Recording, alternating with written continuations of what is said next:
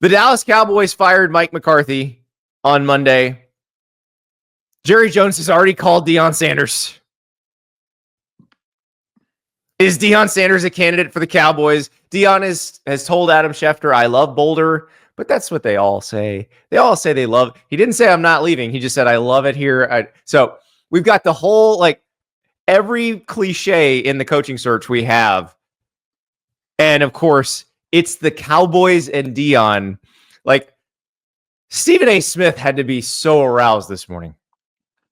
Oh, yeah. I mean, that'll carry them all week. And, you know, we have to talk about it, but I think we want to talk about it because I think it's important because there is a relevant program that exists right now as a result of Deion Sanders' existence that will immediately go back to being irrelevant if he leaves, right? Like, and if that is Deion Sanders working, then I'm with you, right? Like we've had extensive discussions about Deion Sanders, whether he's been a prudent coach in terms of recruiting and what he's done. I think that, like, as we sit here right now after 2 years of this, that the experiment didn't just pass from a interest standpoint. The experiment with Deion Sanders has passed from a football standpoint, right? Like where they were in year two, you know, a few days, a win away maybe from being in the college football playoff. Like you definitively have to give Deion Sanders his flowers for the work that he's done there. The thing that and the year he had this year, like you don't have to have that year every year at Colorado.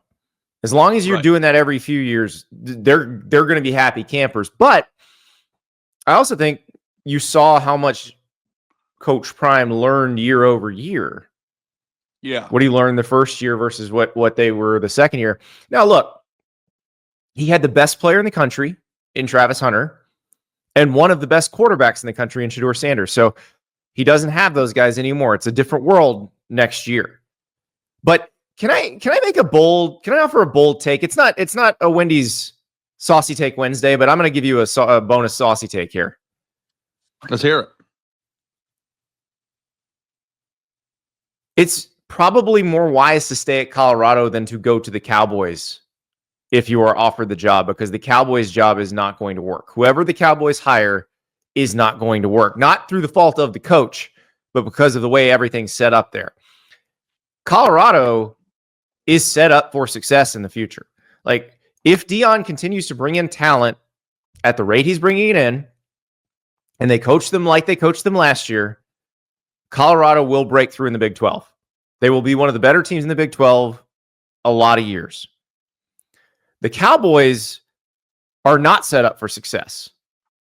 They overpaid to keep Dak Prescott, and you're not going to get there with Dak Prescott.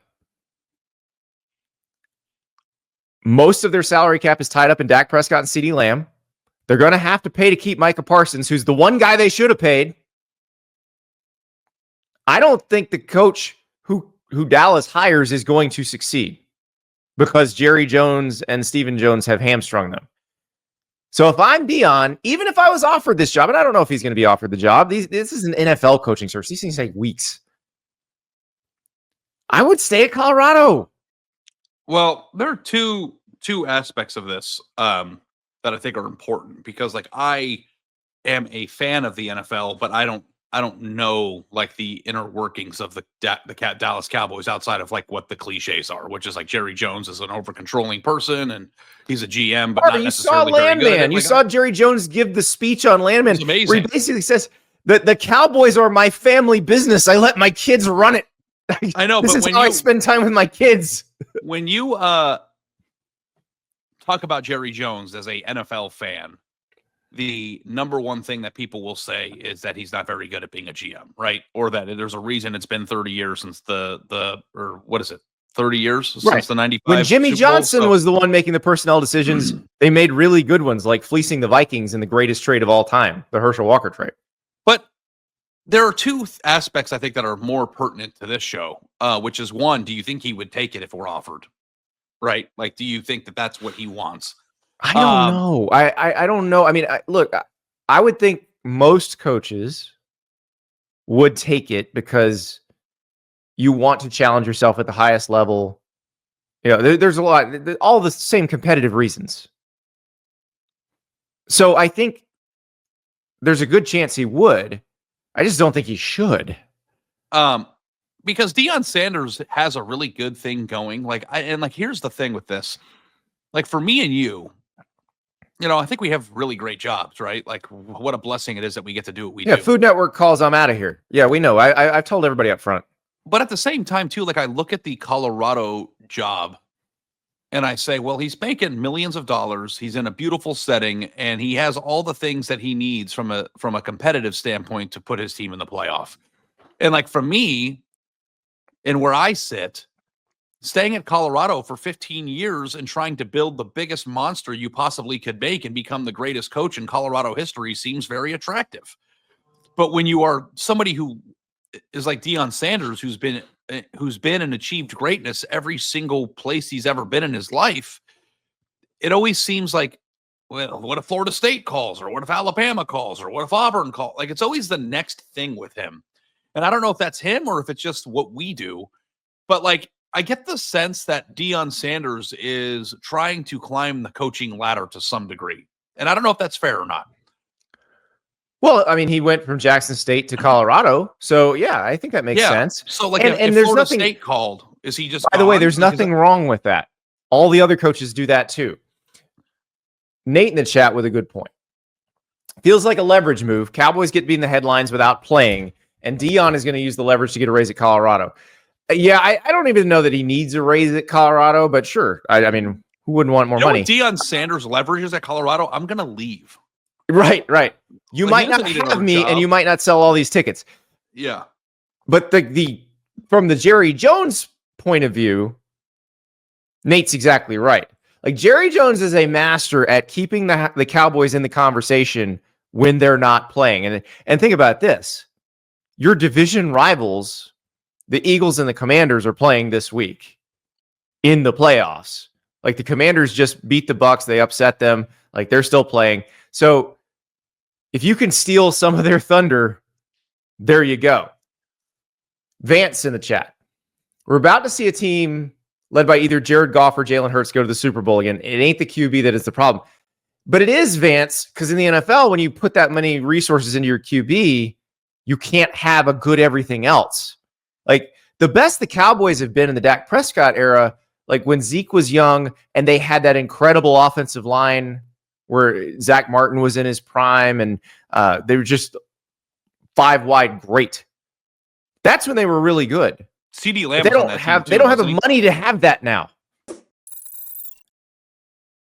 If you'd like to celebrate your team's trip to the college football playoff, Axia Time is the way to do it. The official timepiece of the college football playoff and the Heisman Trophy. Probably the best kept secret in college football and watches in general. I am wearing my Odysseus 2. You are looking on the screen at the Odysseus 2 as a college football playoff commemorative watch with the logos of the teams that made the playoffs. There's a beautiful Notre Dame one, the Penn State one, the Texas one, the Ohio State one looks amazing. They are Swiss-made, automatic, self-winding. They're beautiful. I love mine. I wear it everywhere.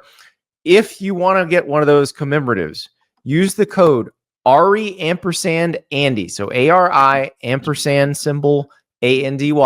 It'll get you 10% off at checkout.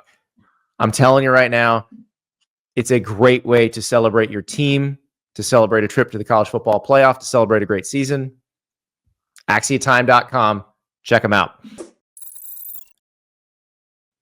Yeah, well, also, too, like, Jared Goff has played very well, and Jaylen Herz is better than all of them, right? So, like, I don't know, like, is Jaylen Herz I would take Jaylen Herz now, because as college fans, I think we're kind of wired to think of Jaylen Herz as the guy at Alabama, or maybe even the guy at Oklahoma. He has evolved as a quarterback. So, but the Deion piece of this, I do think, like anybody, he'd like, because why would, and this has been my assertion all along. When the Colorado fans came at us for criticizing Deion Sanders, they say, how come you don't criticize other coaches like this? And my answer was, we do. We do. They're just not your favorite coach, and you're Deion fans who didn't pay attention to this before, so this may be new to you. But by the same token, we should judge Deion just like any other coach in terms of, is Colorado the be-all, end-all of college coaching jobs or coaching jobs in general? No. I just think that from my position, if Deion Sanders were to turn Colorado into a juggernaut, which I think is within the realm of possibility in this new world, that would be like amongst some of the coolest coaching accomplishments ever. Like, I know that Nick Saban won a bunch of titles, and I know Kirby Smart's doing. Could you imagine? Imagine if they played in the national title game at Colorado, how cool that would be. You could probably make the case that would be one of the greatest single-handed. So, like, you're in a beautiful place. You're in a place that has money to pay you, and you have the persona and the ability to bring players there to win a conference that's winnable every year. From a pressure standpoint, you're not getting your feet held to the fire every single week, every single time things aren't going your way. This is like, the Mark Stoops Kentucky greatest job in the country argument right here. And he's already rich. I see Deion Sanders on Boost Mobile. Oh yeah, crap all over Dallas. Money's not the problem. But it's not about the money. It's about being the best coach. Like, this is a seriously competitive human being, one of the most competitive human beings on the planet. Yeah. So here's the part that's gonna make people upset, but we have to say it, okay? Or I'm gonna say it, and then you can go. Okay, along. you say it. What has Deion Sanders done in his coaching career that makes him qualified to be an NFL head coach? Okay, this is the question, because this is the conversation we had yesterday where I said, I don't know why when the NFL jobs open, they call the college coaches who are competing for national titles every year, because those coaches' top skill is talent accumulation, and that's a worthless skill in the NFL. Deion Sanders' best skill thus far has been talent accumulation. It's getting Travis Hunter to play on his team. Yeah, which is still really useful in college. Like getting Julian Lewis to come, getting Caden Salter to come as a transfer. Very useful in college. Completely worthless in the NFL. The NFL, everybody is restricted to the same guidelines and rules. You have a draft, you have free agency, and you have to evaluate talent and make great picks. And I don't know, I haven't done any studies on this because I don't cover the NFL, but it's my understanding that the teams that draft the most proficiently are the ones that are consistently good, and the teams that draft poorly are the ones that are consistently bad, and the ones that don't have a quarterback. So if you have a quarterback, that's fine. And Deion, I actually trust his personnel evaluations. Like, basically, look at what they learned redoing the roster through the portal the first time. Redoing it the second time around, they did so much better the second time. But if you go to the Cowboys, you're not in control of that. You don't get those choices. Steven and Jerry Jones make those choices. And that would be a problem for me if I were him. Yeah. Yeah. Unless being the head coach of the Dallas Cowboys and getting back to Texas is like a vanity thing too, because there's like let's talk about the other pieces, because I see a lot of I saw a daddy ball comment in the chat. This isn't daddy ball. This wouldn't be daddy ball.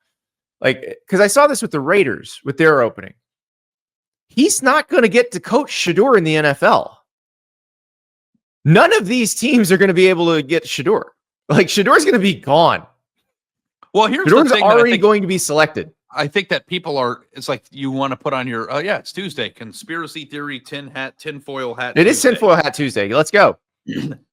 That like Deion Sanders is going to have his kid, like you saw the headline yesterday of like, he is forbidden from playing for the Browns. And it's like, by the way, totally get it. I would not want my son to play for the Browns either. That's just good parenting. But like, how much pool do you believe? And again, don't cover the NFL. Don't know a person like Deion Sanders could he convince the Browns not to draft him just because they don't want to deal with the headache. Like if he's like, my son will not play for the Browns. Archie Manning did it. I know. Archie Manning did it with Eli. That's really the only example. Because the other example is like John Elway, who had a legitimate draft slot in MLB and said, I'm not going to play for the Colts. I'll just go play baseball. That's the only other time you've seen that. So do you think that Deion Sanders has enough pool to alter or change where he's taken? And also, too, if he's a head coach in the NFL and does that, isn't that like a rule breaking? Well, right. You wouldn't be able to do it as a head coach in the NFL. But here's the draft order. Tennessee, Cleveland, Giants, Patriots, Jaguars, Raiders, Jets. 5 of those teams need quarterbacks, assuming the Jets and Aaron Rodgers are through. Like, now Tennessee's got an opening.